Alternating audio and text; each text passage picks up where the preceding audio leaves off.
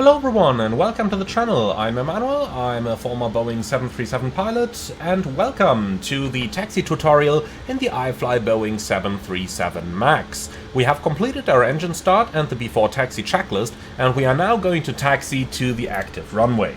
Before we start rolling, a quick look at the Navigraph charts. We have pushed from up here, and our taxi route is gonna lead us southbound over here, then left onto Bravo and all the way to runway 26 right, which is our departure runway. So basically straight ahead to the end, left hand turn, and then towards the end to our holding point.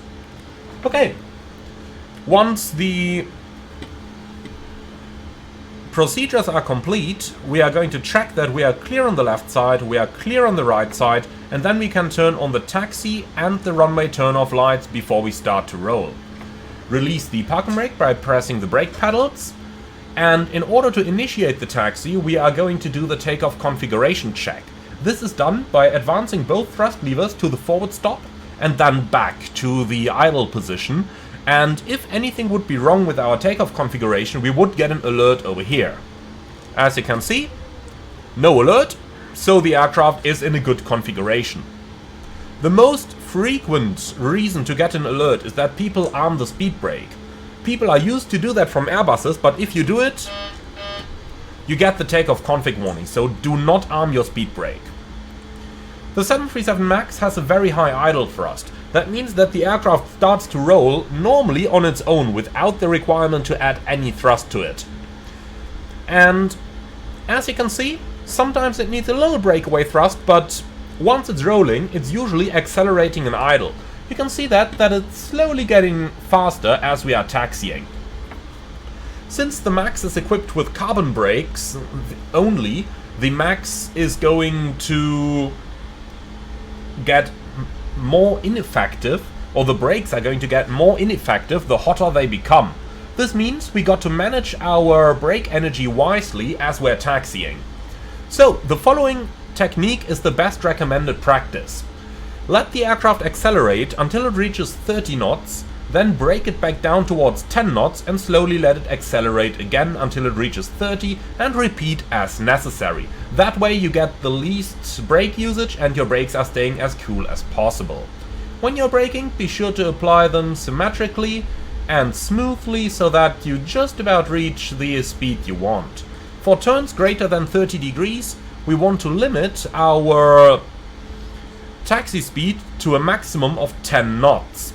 Use a little bit of an oversteering technique, as you can see here. I'm just overshooting the centerline slightly with my flight deck, which is necessary because the nose wheel is located so far in front of the main wheels. It's not as significant as it is, for example, in the Boeing 777 or the Airbus A321, but it certainly is a necessity, especially when operating on narrow taxiways.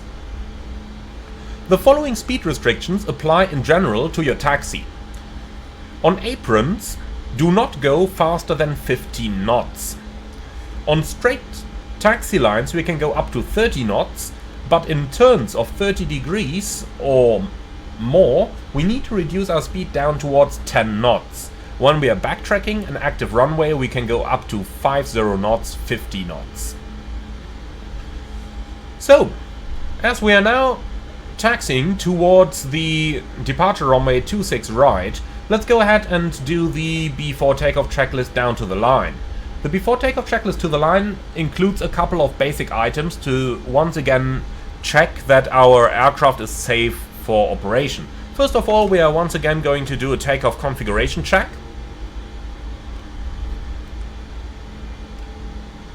When that is good, we recheck our flap setting. So flaps 2 is entered in the FMC, and flaps 5 is entered in the FMC, and flaps 5 is showing on the gauge, and the green light is showing.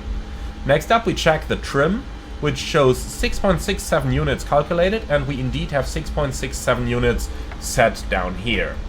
Next we are going to review our takeoff briefing, and this simply suits in order to give us in order to refresh our mind with the latest information available. So we just include the most important things over here. So this is going to be a left seat takeoff, runway 26 right, flaps 5, noise abatement departure procedure number 2. takeoff speeds 141, 141, 144, and our sit takes us initially straight ahead with a left-hand turn, if I'm not mistaken. Yes, straight ahead, left-hand turn. Climbing to 19,000, however there is a flight level 80 or below restriction on the sit. However, VNAV is going to manage that.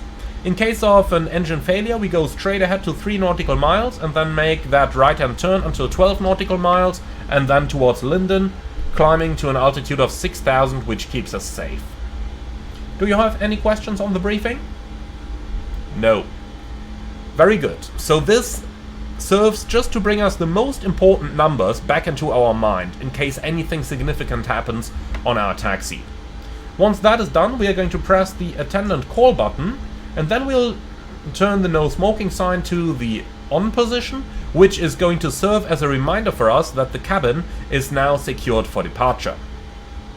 When you reach the holding point of the runway, be sure to stop the aircraft ahead of the taxi of the hold short line, but be sure to get close enough to it. This requires a little bit of imagination here in order to determine the best point to stop the aircraft like this. In general, if the hold short line goes roughly through the MCP, if you have the optimum seating position, then it is going to be in a perfect position. Let's set the parking brake, and a quick check. As you can see, we stopped the aircraft right up at the holding point.